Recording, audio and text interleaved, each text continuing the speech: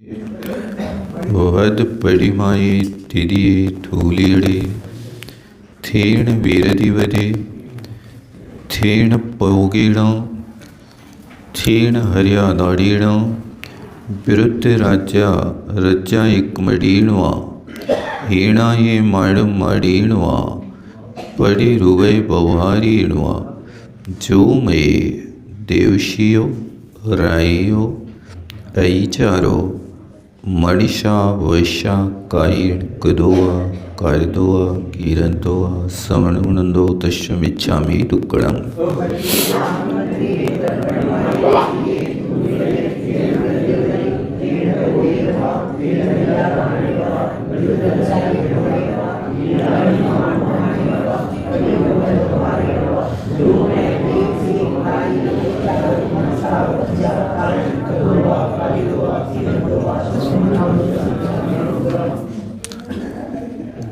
हे भगवान, बद पडिमाये तिरिये धूलियडे पडिक्कमामे।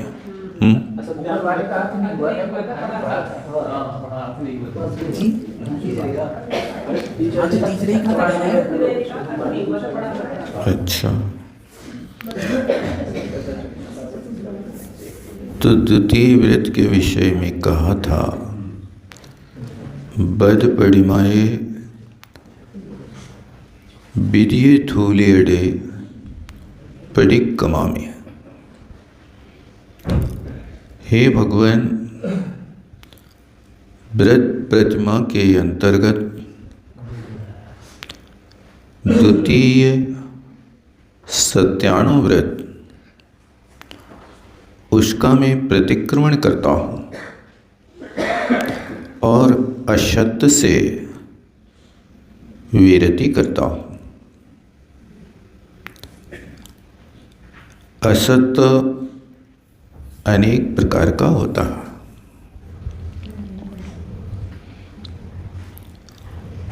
आचार्यों ने असत्य का इस तरह से उल्लेख किया है, सद अवलाप, असत अपलाप, अन्य रूपाभिधान और एक चतुर्थ भेद होता है गर्हित। सद अपलाप का अर्थ होता है वस्तु आपके पास मौजूद है, लेकिन फिर भी आपने सामने वाले से कह दिया हमारे पास नहीं है।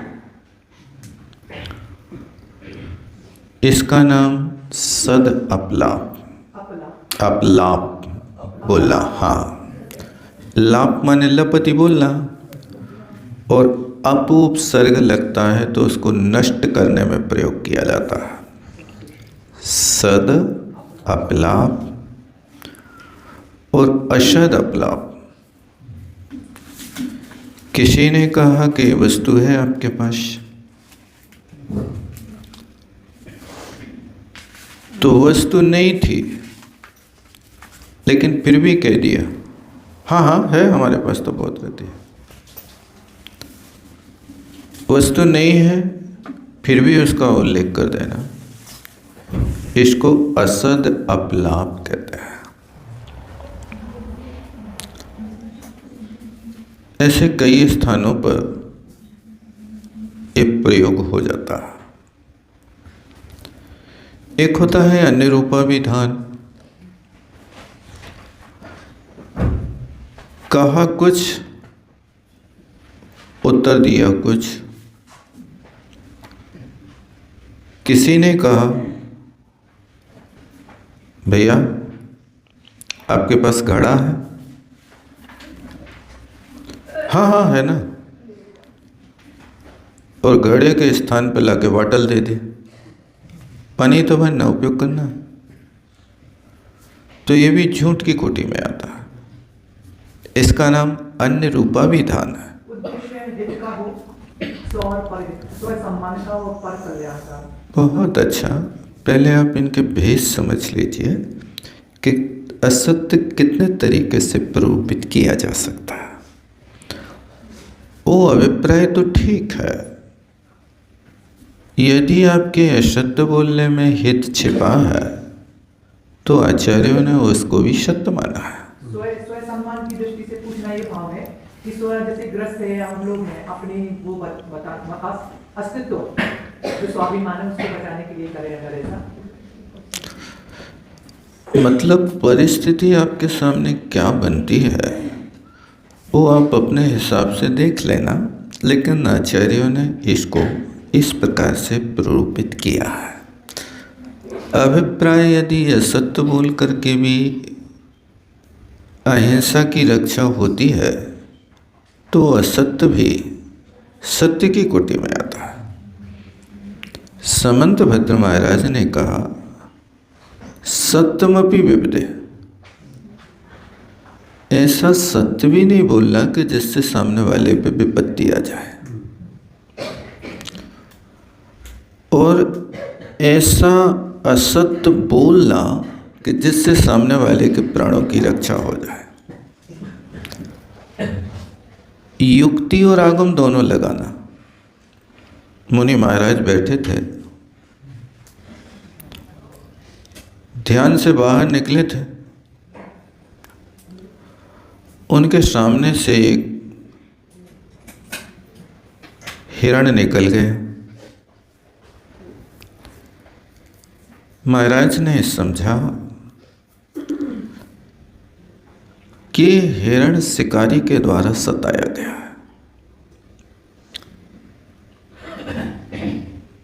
तो महाराज के मन में आया कि काश शिकारी आकर के पूछने लगे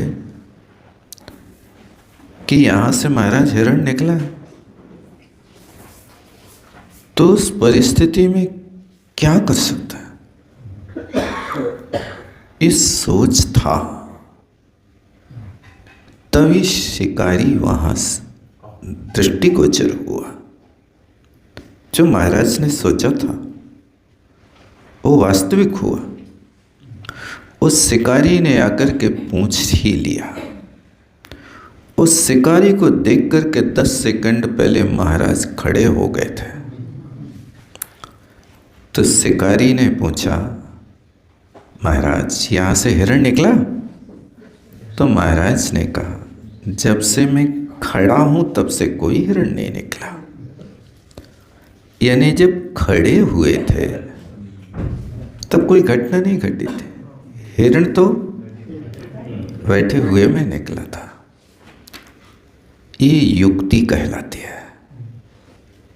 सत्यव्रत का पालन युक्ति के माध्यम से कर लिया ताकि किसी जीव का घात न हो। ये सर्वजन हिताय वाणी कहलाती है। और आगम के अनुपेक्ष में अनुबीजी भाषण का प्रयोग करना। जैसा आगम में कहा है वैसा ही बोलना। एक चौथे प्रकार का होता है असत्य, जिसको गर्हित कहते हैं। छेदन, भेदन, मारण, कर्षण आदि के जो शब्द हैं ना, कान छेद दो, सींग तोड़ दो, पूंछ काट दो, ये छेदन भेदन के, वो न आए खींच के ले आओ, कर्षण के, ये शब्द सब गर्हित कहलाते हैं, निंदनीय शब्द है। अणुवृद्धि हो या महावृद्धि हो, इन शब्दों का प्रयोग ना करें। हमेशा सतर्क रहे। चौरी आदि आपके वचनों को सुनकर के सामने वाले की प्रवृत्ति चोरी में होने लगे, कर लो, कोई अंतर नहीं पड़ता। ये सब गर्हित शब्द कहलाता है। इसका एक भेद और रखा है अमृतचंद स्वामी ने, पैशून्य हास्य गर्भम। पैशून्य का अर्थ चुगलखोरी होता है, पिशुनश्य भावा पैशून्य। कभी किसी की चुगली नहीं करना चाहिए।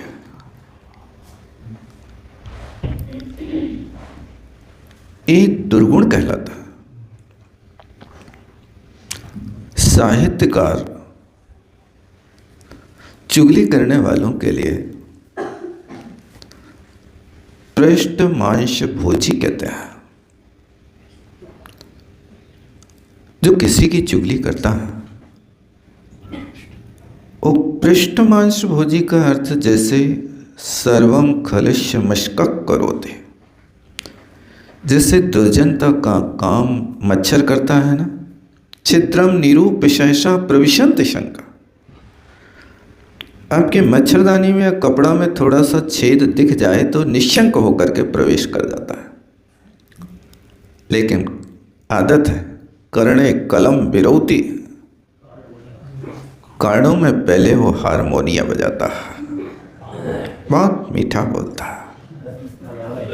प्राग पादियों पतते, वो पहले पैर पड़ता है, फिर कानों में बीना बजाता है, फिर इसके बाद में छिद्रम निरूप सहसा प्रविशंत शंका, थोड़ा सा छेद दिखे निशंक होकर के प्रवेश कर जाता है।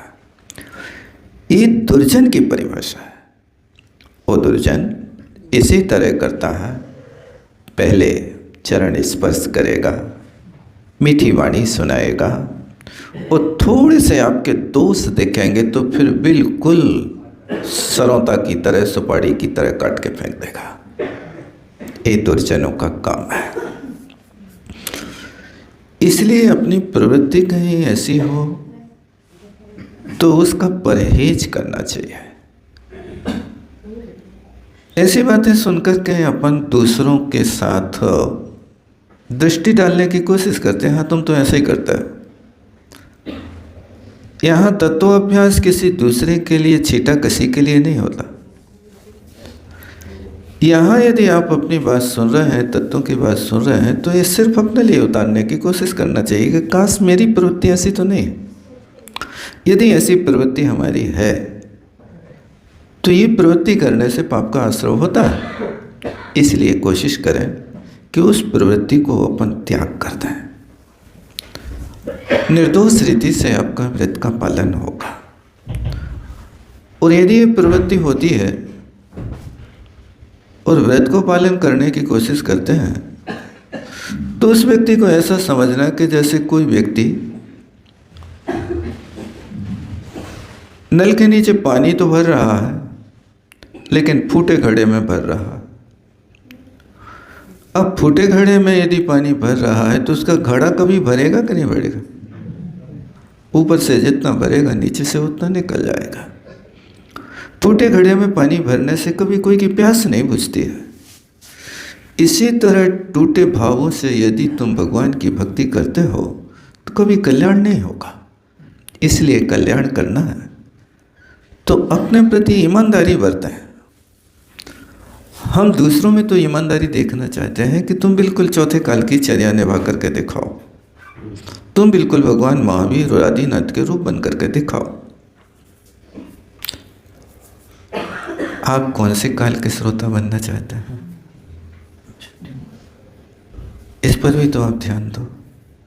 इसलिए कभी किसी की चुगली मत करना, ये असत्य की कोटि में आता। पैशून्य पिशुन्नता ये दोष माना जाता है, अधिचार है सत्याण व्रत का।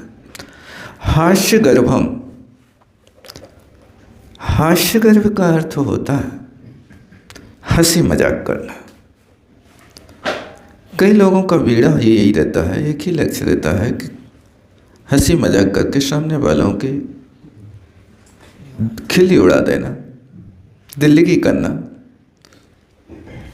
ये व्रति के लक्षणों में नहीं आता। प्रसन्न तो रहना, हंसना तो, पर किसी की हंसी मत उड़ाना। यदि किसी की हंसी उड़ाते हैं तो इससे सत्ताणु व्रत का अतिचार माना जाता है। यदि आपको हंसी करना है तो सिर्फ इतनी करना कि जितनी एक गिलास पानी में आप अमृतधारा डालते हैं। एक गिलास पानी में अमृतधारा कितनी मात्रा में डालते हैं? आधी गिलास। बूंदों में डालते हैं, 1 बूंद 2 बूंद, इतना आप डाल सकते हैं ताकि वो औषधि तो इतनी ही सेवन की जाती है। आप यदि व्रती होकर के यदि मजाक करना चाहते तो बस इतने करना, क्योंकि आचार्यों के लक्षण में तो लिखा है अपकौतुकिया। आचार्य तो हो सकते हैं अल्प मजाकिया, लेकिन इसलिए कि शिष्य बोर ना हो जाए, उनके सिद्धांत सागर को सुनते सुनते कहीं ये ना लगे कि बहुत बोर हो गए, इसलिए वो उस परिस्थिति में भी कर सकता है। हर किसी के लिए लागू नहीं। यदि आपको ज़रूरत हो तो बस इतना कर लेना कि सामने वाले के साथ में आपकी उस हास्य गर्भ से सामने वाले को प्रसन्नता हो, उसका दिल ना टूट जाए। यदि दिल टूटेगा तो फिर दुश्मनी बनेगी। वो अपकौत की जो लक्षण लिखा, ये वात्सल्य की मुख्यता से रखा। सामने वाला व्यक्ति समझे कि आचार्य महाराज हमसे भी खूब प्रेम बरसाते हैं, हमारे ऊपर भी खूब प्रेम बरसाते हैं।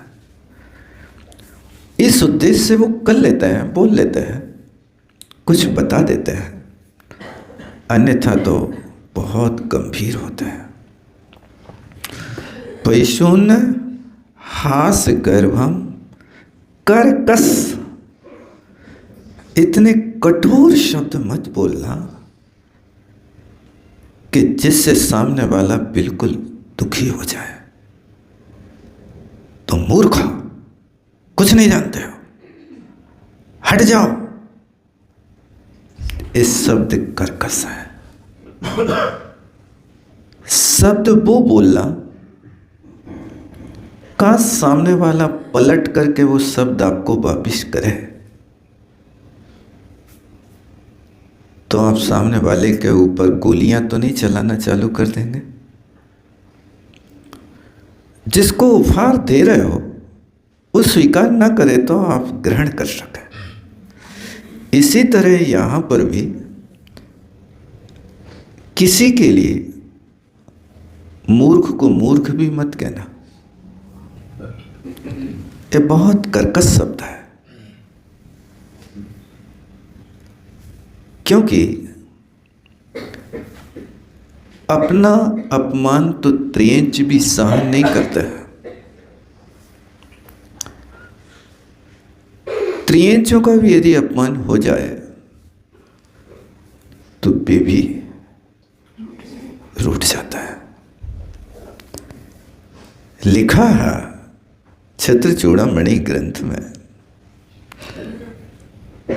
जीवनधर महाराज रास्ते से जा रहे थे और एक हाथी बिचक गया, राजा का हाथी, और उस हाथी के सामने एक कन्या आने वाली थी जो हाथी की चपेट में आने वाली थी। जीवनधर महाराज ने उस कन्या के प्राणों की रक्षा के लिए हाथी का सामना किया और अपने हाथ के कड़े से ऐसी चोट हाथी को मारी कि जिससे हाथी शांत हो गया लेकिन रूठ गया। उन जीवनधर महाराज के कड़े की मार से हाथी ने 3 दिन तक भोजन नहीं किया। मेरा अपमान हो गया, ऐसा लिखा है जीवनधर चरित्र में। आप लोग पढ़ना, छत्रचूड़ामणि ग्रंथ में बादीप सिंह महाराज का बहुत प्यारा ग्रंथ है छत्रचूड़ामणि। थोड़ा थोड़ा ऐसे साहित्य का भी अध्ययन किया करो। ये नीति परक ग्रंथ है। एक ज्ञानी ने अपनी आत्मकथा में लिखा है कि मैंने अपने जीवन को छत्र चूड़ामणि ग्रंथ की नीतियों को पढ़ करके चलाया है। बहुत शांत स्वभावी पंडित थे। पंडित देवकीनंद जी कारंजा वाले कहलाते थे। उन्होंने अपनी लेखनी से लिखा कि मैंने अपने जीवन को अपनी बैसाखी की तरह बना करके छत्र चूड़ामणि ग्रंथ का आलोड़न किया और उनकी नीतियों को पढ़ करके अपने जीवन को चलाया। आप लोग ज़्यादा ना पढ़ सकें तो भले 5 मिनट पढ़े, 2-4 सूत्र का अर्थ पढ़ लें और रख दें। जरूरी नहीं कि 1 घंटा ही पढ़े। जैसे कोई व्यसनी होता ना, हर आधा घंटे में ठोकता रहता और खा जाता। तंबाकू खाता ना। काश ऐसा व्यसन यदि स्वाध्याय का हो जाए तो आपके जीवन का लेटर पैड बदल जाए। बस होना चाहिए रुचि। 5 मिनट भी आप बर्बाद नहीं करो। यदि सरस्वती के वरद पुत्र बनना है तो सरस्वती के आचरण को तो करना पड़ेगा। सरस्वती के कितने हाथ हैं? 4 हाथ हैं। कभी मूर्ति देखी आप लोगों ने सरस्वती की? नहीं देखी? देख लेना, कहीं स्कूलों में तो रहते हैं। सरस्वती माँ के 4 हाथ हैं और वो शिक्षा देती है। एक हाथ में ग्रंथराज है, एक हाथ में वीणा है, एक हाथ में माला है और एक हाथ अभय का प्रतीक है। ध्यान देना, जिस हाथ में पुस्तक है वो शिक्षा दे रही है। भैया बड़ी दुर्लभता से नर्तन मिला है। अभी एक क्षण ज्ञानोपयोगी बनो। बहुत दुर्लभ है, लेकिन हम जागते तब हैं जब जीवन की नैया किनारे पर आ जाती है। आंख खुली तो देखा मैंने, खेत में रेत ही रेत, चिड़िया चुग गई सारा खेत। आंख खुली तो देखा मैंने, खेत में रेत ही रेत। मेरे जीवन की खेती के जो साधना की फसल थी, वो विषय भोग की चिड़ियाओं ने सब कुछ चुग लिया, कुछ भी तो नहीं बचा। तो वो एक हाथ में एनी टाइम पुस्तक कि तुम स्वाध्यायी बनो। स्वाध्याय करने वाले व्यक्ति के माइंड में कोई गलत विचार नहीं आते, फितूरी नहीं आती, इधर कोई भ्रम नहीं होता। आप हमें देख के हंस रहे, बहुत अच्छा है। क्या आप हमारे गुणों को देख करके प्रसन्न हो रहे? ये सोचो, आप ये नहीं कहो कि तुम हंसी उड़ा रहे। अरे आपको देख करके यदि कोई को आनंद आ रहा है, उसके साता वेदनी की उदीर्णा बन रही है, तो आप भूत वृत्तानुकंपादान राग संयम कहीं में कहीं कोई प्रत्यय में जुड़ रहे हो। आप गलत क्यों सोच रहे हैं कि आप हमारी हंसी उड़ा रहे हैं? स्वाध्याय करेंगे तो आपको बहुत अच्छा लगेगा। लेकिन कई लोग कहते हैं कि हमारे पास समय नहीं रहता। बस समय तो है, लेकिन समय की संयोजना करना नहीं जानते आप। समय की संयोजना कैसे करना है, उसका आप यदि प्रयोग करना सीख गए तो जीवन बहुत सुखी रहेगा। आप लोग अभी सुबह से यहाँ आ जाते हैं, समय तो निकाल रहे हैं आप, इसके पहले तो यदि होता तो हर किसी का उत्तर होता समय नहीं रहता, हम नहीं कर सकते हैं, हम नहीं हो सकता। लेकिन इस समय कहाँ से निकला आपका कि 7 बजे से 8:30 बजे तक आप यहाँ बैठ जाते हैं? 1.5 घंटे कैसे एडजस्ट किया आपने? किया तो है, निकाला तो है। बस यही समय यहाँ से भी आप निकालने की आदत डालो। थोड़ा थोड़ा भी निकालोगे तो भी बूंद बूंद से घट भरता है, कण कण से भरता भंडार। एक एक पग चलते चलते आ जाता शिवपुर का द्वार। एक एक बूंद से घट भर जाता है,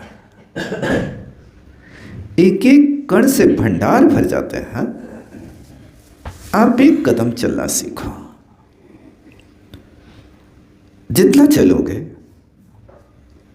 आपकी मंजिल उतनी निकट होगी।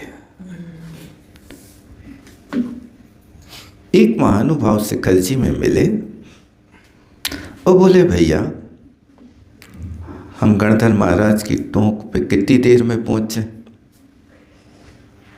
हमने कहा, भैया पहले आप चल के बताओ कि आपकी चाल कैसी है। क्या आपकी चाल होगी तब पहुंचोगे, आप बैठे बैठे थोड़ी पहुंचोगे। यहां बैठे हो आप गंधर्व नाला पे और पूछ रहे कब पहुंचे। चल के तो दिखाओ कि तुम रेंग के चल रहे हो कि दौड़ के चल रहे हो। चाल जैसी होगी वैसी देर लगेगी। इसी तरह यहां पर भी आपकी चाल देख लो पहले।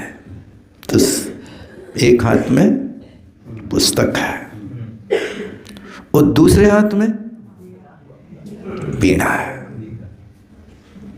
कहते हैं जब भी बोलो मीठा बोलो। बांसुरी के अंदर 3 विशेषताएं हैं। पहली विशेषता कि वो बांसुरी कभी बिना बुलाए नहीं बोलती है। क्या आप उसमें सुर भरोगे तो वो मिष्ट वादन करेगी, अन्यथा पड़ी रहेगी लेकिन कुछ भी नहीं बोलेगी। तो उस बांसुरी का पहला गुण है कि वो बिना बुलाए नहीं बोलती है। और दूसरी विशेषता है कि वो जब भी बोलती है तो मीठा बोलती है। चाहे बच्चा बजाए, चाहे बूढ़ा बजाए, कोई भी बजाए, चाहे उसका जानकार बजाए, चाहे अज्ञानी बजाए, जब भी बोलेगी मीठा बोलेगी। और तीसरी विशेषता है कि बांसुरी के भीतर कोई गांठ नहीं होती। देखा कभी? बांसुरी के अंदर कोई गांठ नहीं होती, वो निर्ग्रंथ होती है।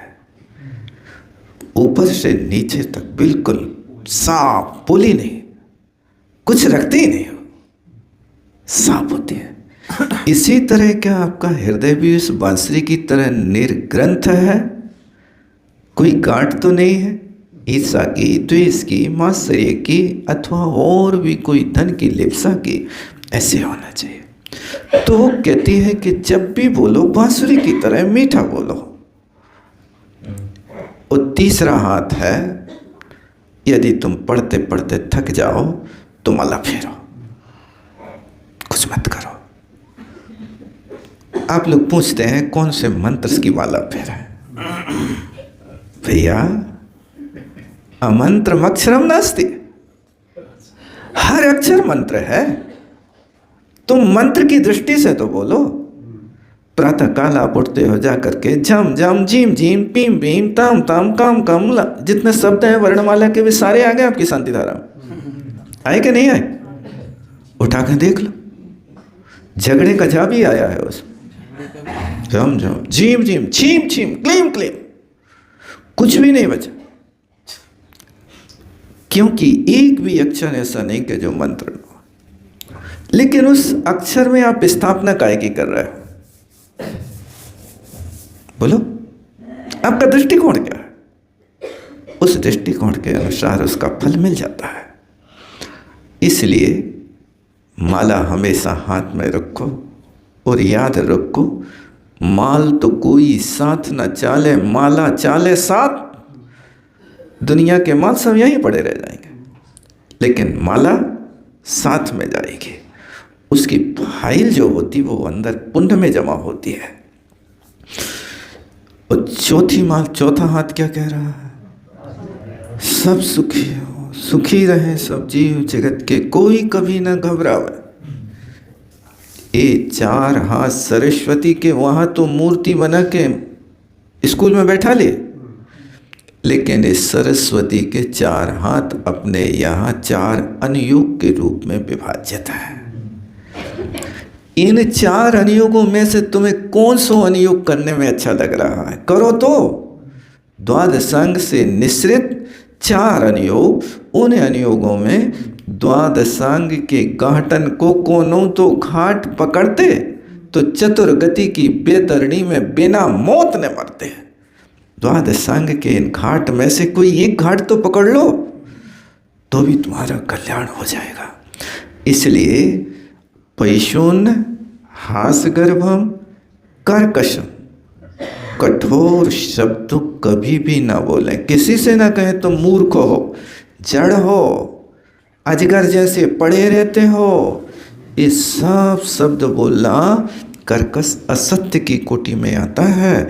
जितने गालियों के शब्द हैं वे सारे के सारे असत्य की कोटि में आते, सत्य की कोटि में नहीं आते।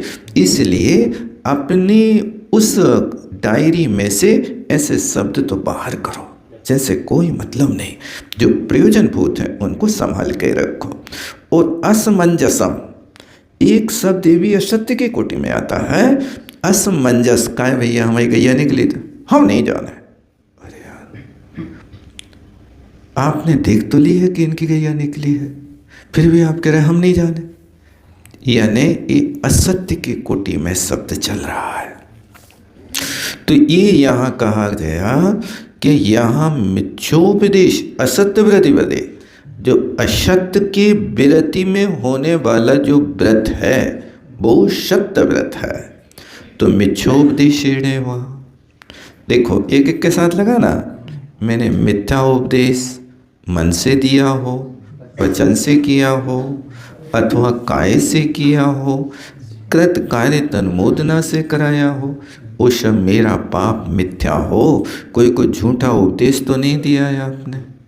नहीं, हम तो नहीं बोलते, झूठा उपदेश तो नहीं कहते हैं।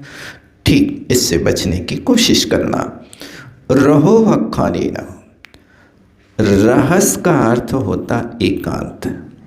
किसी के एकांत की कोई क्रिया को देख करके तुमने डिडोरा पीट दिया, तुम्हारा सत्यव्रत दूषित हो गया। इसलिए कभी भी कोई के दोषों को देखने की कोशिश मत करो। आचार्य महाराज ने कहा है, सो दोषी में निमीलना। हाथी की आंखें छोटी छोटी हैं, वो सबको तो देखता रहता है लेकिन अपने को नहीं देख पाता। हाथी के लिए ये पता नहीं है कि हमारी पूंछ कहाँ है। हाथी ने कभी अपना मटका की तरह पेट देखा ही नहीं, अपना रूप उसको दिखाई देते ही नहीं। स्वदोष इव माने हाथी होता है। निमीलना, अपने दोषों को देखने के लिए हाथी की तरह आंखें बंद करें बैठे हैं, कुछ नहीं देख रहे। और दूसरों को दोष को देखने के लिए हम बिल्कुल आंखों को फाड़ फाड़ करके देखते, चश्मा लगा लगा करके देखते हैं। इसलिए कभी किसी के कोई अंत के कार्य देख ले, वहीं बाहर निकाल के फेंक दो, किसी से मत कहना। कूड़लेहकरण, झूठे दस्तावेज आदि लिख करके प्रस्तुत कर देना, ये भी सत्यानुव्रत का अतिचार कहलाता है। न्यासापहार, न्यासापहार माने किसी की धरोहर को हड़प जाना। किसी ने आपको अपना विश्वास पात्र माना और उस विश्वास पात्र के कारण आपके पास उसने अपनी मिल्कियत रख दी और कुछ दिनों बाद आया तो आपने कहा नहीं, आपका कुछ नहीं, हमारे यहाँ जैसे सत्यघोष के साथ हुआ था ना। तो ये न्यासापहार। और साकार मंत्र भेद, साकार मंत्र भेद माने किसी के कोई प्रकार के आकार को देख करके उसका भेद कर देना। ये सत्यानुव्रत संबंधी दैविक अथवा रात्रिक या पाक्षिक, इन तीनों का प्रयोग किया जाता है। यदि चातुर्मास करते हैं तो चातुर्मासिक ऐसा प्रयोग किया जाता है। इनमें जो अतिचार हुआ हो, अतिचार हो, इसमें सिर्फ अतिचार कहा जा रहा, अनाचार प्रयोग नहीं किया गया। हाँ, इसमें सिर्फ अतिचार लगेंगे, अनाचार होगा तो व्रत खत्म हो जाएगा। इसलिए जो अतिचार लगा हो उसके मन वचन काय से कृतकायतन मोदना से मेरा पाप मिथ्या हो। फिर उच्चारण तो कर लिया था ना अगले वाला, बड़ी कमामी बनते हैं। कई कई जगह अनाचार मिलता है, महर्षि तो पाठ नहीं करना चाहिए अनाचार का। यहाँ की बात अनाचार में छेदोपस्थापना होता है, उसमें पुनः गुरु के द्वारा व्रतों को ग्रहण करके फिर से स्थिर होना पड़ता है। इसलिए अतिचार का अर्थ समझते ना, किसी एक व्रत का एक देश भंग हो जाना, उसका नाम अतिचार है। लेकिन कुछ चीज़ें ऐसी होती हैं कि जिन चीज़ों को अजय श्री कहा करते थे कि जैसे मान लीजिए आपका मीठा का त्याग है और किसी ने दूध में मीठा डाल के दे दिया, आपने एक घूंट लिया और लगा के मीठा है, बस उसको छोड़ दो। उसके लिए आपको अंतराय नहीं करना एक घूंट के लिए, लेकिन पूरी गिलास फटकार गए और कहो हम भूल गए, ये तो फिर आपने जानबूझ करके कार्य किया है। एक अंजलि के लिए क्षम कहा है, द्वितीय के लिए आप त्याग कर दीजिए, उस वस्तु को सेवन नहीं करना। और इसका दोष आलोचना है, उनको बता दो त्यागी वस्तु एक ग्रास आ गई, क्योंकि अब वो अंजलि में आ गई तो उसको अंजलि में आई हुई वस्तु को यदि गिराते तो पिंड पतन नाम का दोष भी अतिचार वो माना जाता, इष्ण समिति का एक दोष माना जाता है। इसलिए यहाँ तक उसकी सीमा है, आगे उसको बढ़ने ना दें, ऐसा करना चाहिए। महाराज जी कटोरे में पूरा पलट देते हैं तो उसका क्या करें? देखो, कटोरे में भी अंजलि प्रमाण रखना चाहिए, पूरा कटोरा भर के कोई चीज़ नहीं लेना चाहिए, क्योंकि ये पूरा कटोरा बीच में अंतराय आएगा तो उतनी वस्तु का अपव्यय होगा, ये ठीक नहीं है। ये आप एक गिलास एक चम्मच दाल कटोरा में रख करके इतना लेना चाहिए। कटोरा भर में तो अब 250 ग्राम वस्तु आ जाती होगी, 200 ग्राम। अब 200 ग्राम वस्तु यदि भर के रख लिया आपने तो इतना अपव्यय नहीं होगा अनाज का, ये नहीं होना चाहिए। इसको पहले से, अब कभी कभी ऐसा होता है कि अब दाता यदि पर्याप्त नहीं होते हैं तो ऐसा कर देते हैं, लेकिन आप लोग भी शांति से हो ना तो आंखें नहीं दिखाया करो, थोड़ी प्रतीक्षा कर लिया करो, परिस्थिति होती है। पूरा गिलास पलट देते कटोरे में एक साथ, अब उसको तो क्या करेंगे? अब दूध वगैरह तो बात अलग रहती, लिक्विड है, दूसरी चीज़ों के लिए अलग रखो। जैसे कह रहे हैं कि मीठा त्याग है, मीठा दूध भी आपने कटोरे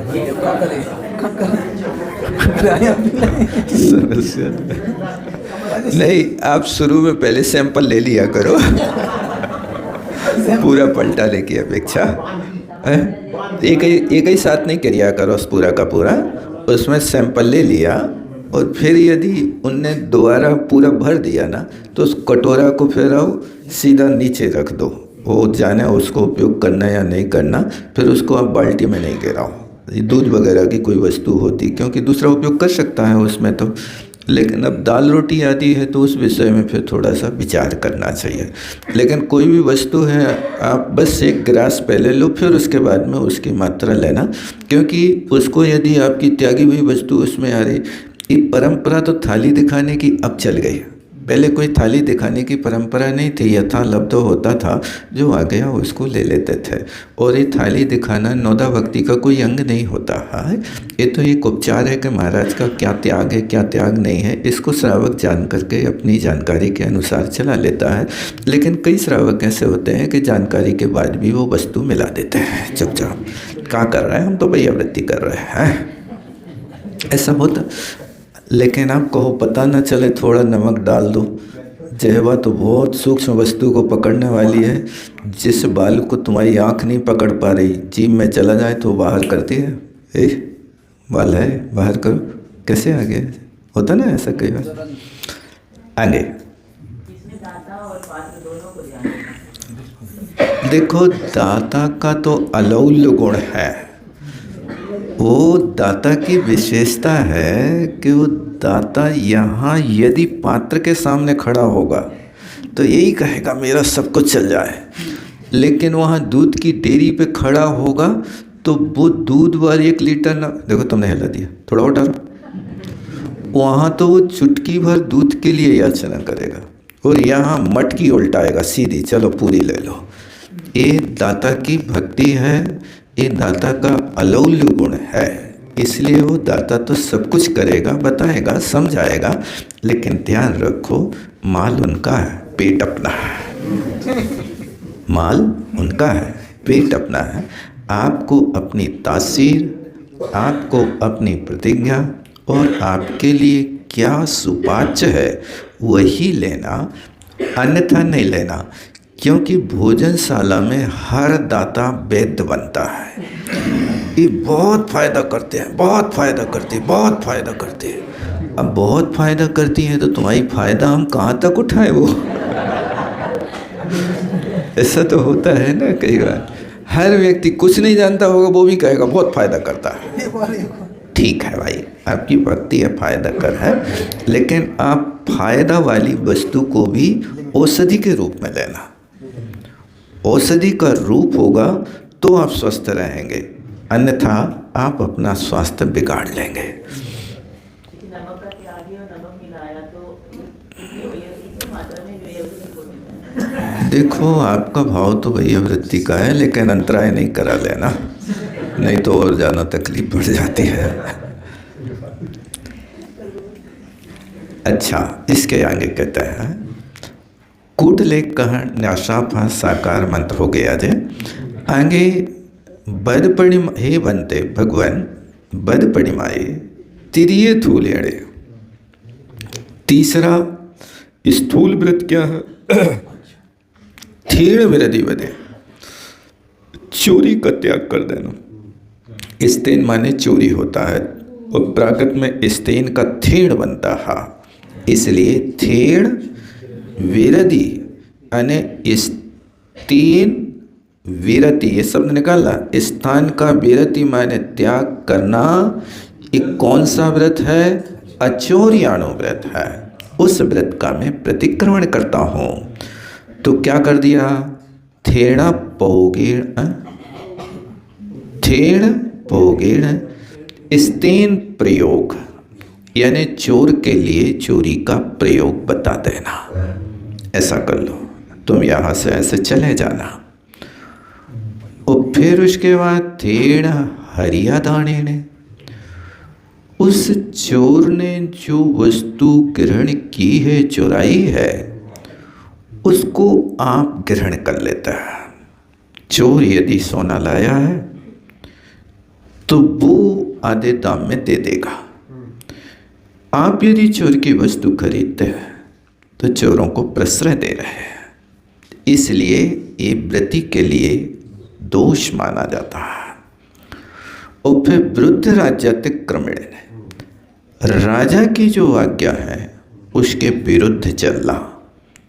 उनने कहा कि आपको 28% GST देना, आप दे रहे हैं, 28% दे रहे हैं, लेकिन आपने जो 10 लाख की सेल करके 1 लाख का बताया तो ये राज्य के विरुद्ध कर दिया। 28% उनके नियम का उल्लंघन नहीं किया आपने, दिया, लेकिन कितना माल सेल किया आपने? 10 लाख के स्थान पे 1 लाख प्रस्तुति कर रहे हैं, 9 लाख की GST आप खा रहे हैं। ये दोष माना जाता है। अचौर्य व्रत को लेने के पहले इस चीज़ का हिसाब किताब नक्की कर देना चाहिए। हीणाधिक मानोन्मान, हीन और अधिक, मान और उपमान, यानी नापने और तोलने के जो होते हैं इनको हीनाधिक कहते हैं। किसी को अधिक दे देना, किसी को कम दे देना। यहाँ पर भी हो सकता, हाँ दुकान तो नहीं चला रहे, लेकिन जिससे अपना विशिष्ट राग है उसके लिए दूध का गिलास बड़ा दे दिया जाता है, उसकी दूध में मलाई की थोड़ी सी पुट ज़्यादा हो जाती है, और जिसके थोड़े से मन मुटाव है उसकी गिलास छोटी है और पानी आधा और आधा दूध है। क्यों भाई, तुमने क्या, उनको पचत नहीं है। यहाँ तो कहते हैं बचत नहीं है, लेकिन हमारे माले कुछ बचत नहीं है। ये भी हो जाता है, मलाई तो कहीं और चली जाती है। ये चोरी के अंतर्गत आने वाला भाव है। सबके साथ एक जैसा व्यवहार करना, किसी को कम किसी को ज़्यादा अपने भावों से परोसना, ये चोरी के अंतर्गत आ जाता है। सामने वाला ले, ये दाता और पात्र को दोनों को सतर्क रहना चाहिए। दाता के पास भी यदि आपको दूध का गिलास भरा जा रहा है तो आधी गिलास के बाद हाथ लगाओ। ये आपका संतोष इच्छा व्रत है। और वो हाथ लगाने के बाद भर रहा है तो फिर उसके बाद में नाखें ना दिखाओ। वो भक्ति प्रदर्शित कर रहा है और आप अपनी इच्छा का निरोध कर रहे हैं। दोनों में अंतर है ना, समझा? अब नहीं, आपने हाथ लगाया। एक महानुभाव थे, गुरुकुल में थे, जब उनके सामने दूध में गिलास भरा जाता तो वे हाथ तो लगाते थे, लेकिन और डालते जाओ और डालते जाओ और डालते जाओ। जबकि सिखाया क्या था? इच्छा का निरोध करना, लगाना। लेकिन ऐसा हाथ हिला दिया तो इच्छा की वृद्धि हो गई। ये दोष हो जाता है। ये अचौरी व्रत में प्रतिरूपक व्यवहार, सदृश वस्तु में सदृशता का कोई वस्तु मिला देना। काली मिर्च में पपीता के बीजा मिला के रख देता है व्यापारी लोग। ये साकार मंत्र जी कहलाता है। यहाँ पर प्रतिरूपक, देखो साकार मंत्र में था किसी की वस्तु को इशारा से बता देना, वो सत्यानुव्रत था।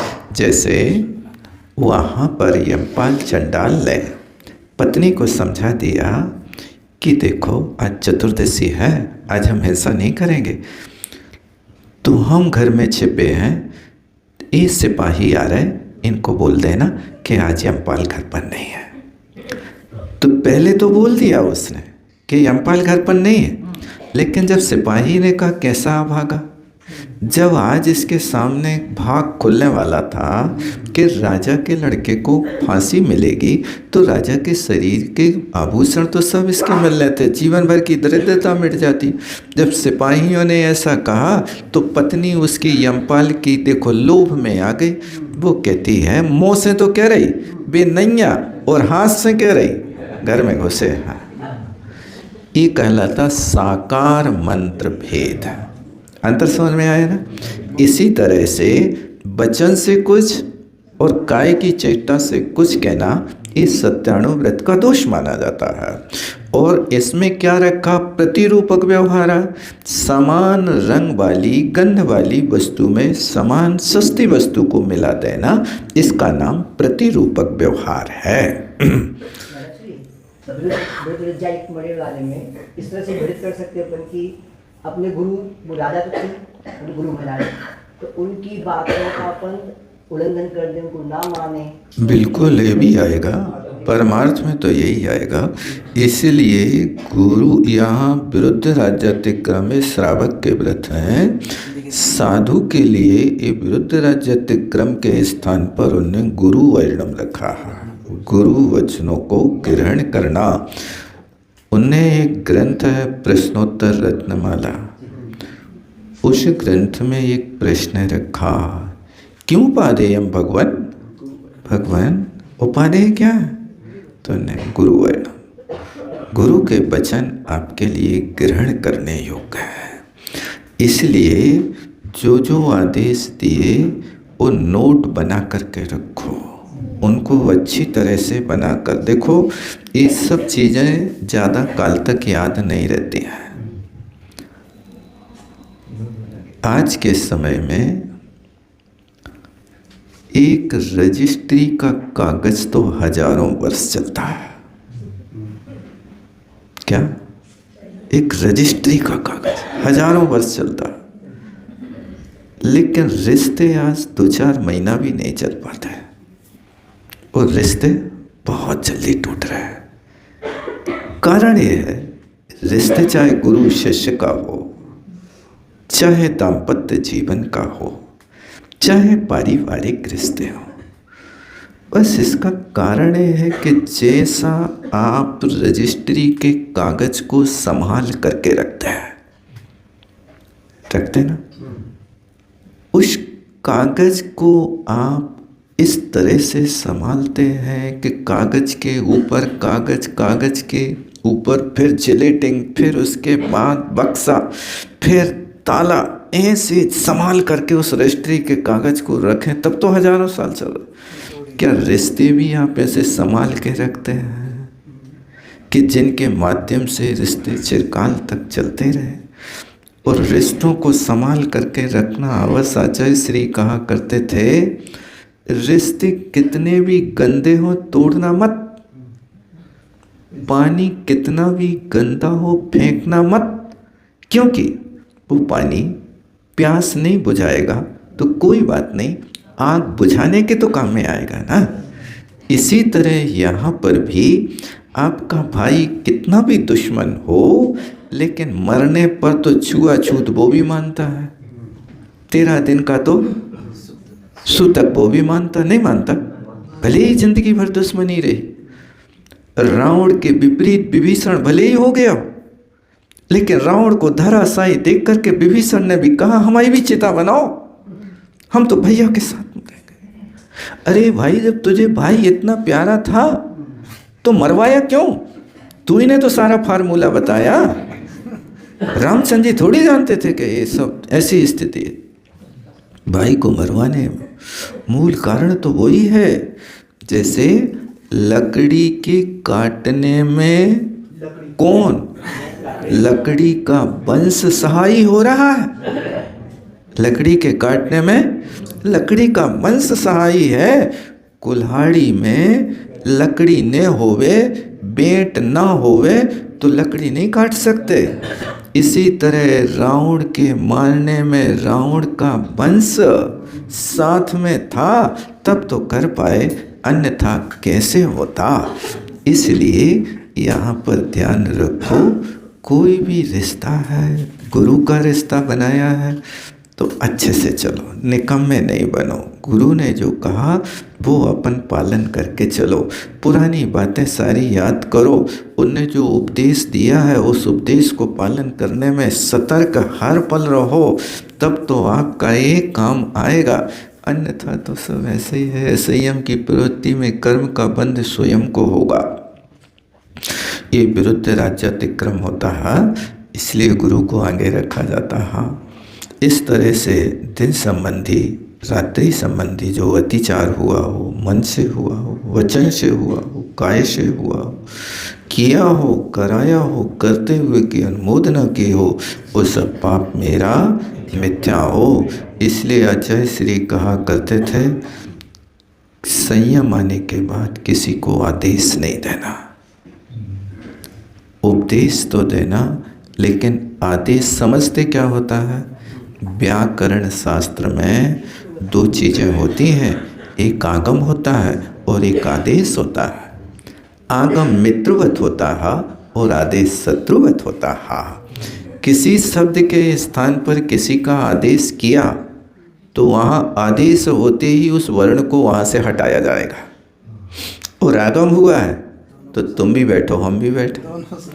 आगम जो होता टेबल की तरह, हम बैठे तुम भी बैठ जाओ, और आदेश होता कुर्सी की तरह, कुर्सी पे एक ही बैठ पाएगा, दूसरा नहीं बैठ पाएगा, तुम हटो तो हम बैठे।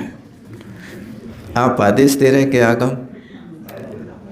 आगम करते हो तो बहुत अच्छा व्यवहार है, आदेश देते हो तो एक कटु व्यवहार है। कुर्सी खाली कराना पड़ेगी तब जा कर के आप, कुर्सी सिर्फ एक ही व्यक्ति के लिए होती है, लेकिन टेबल 4 बैठ जाओ, क्या दिक्कत है?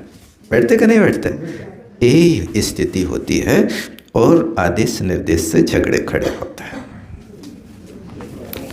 जवाणी के ज्ञान से सूझे लोका, सो वाणी मस्तक धरो सदा दे दो।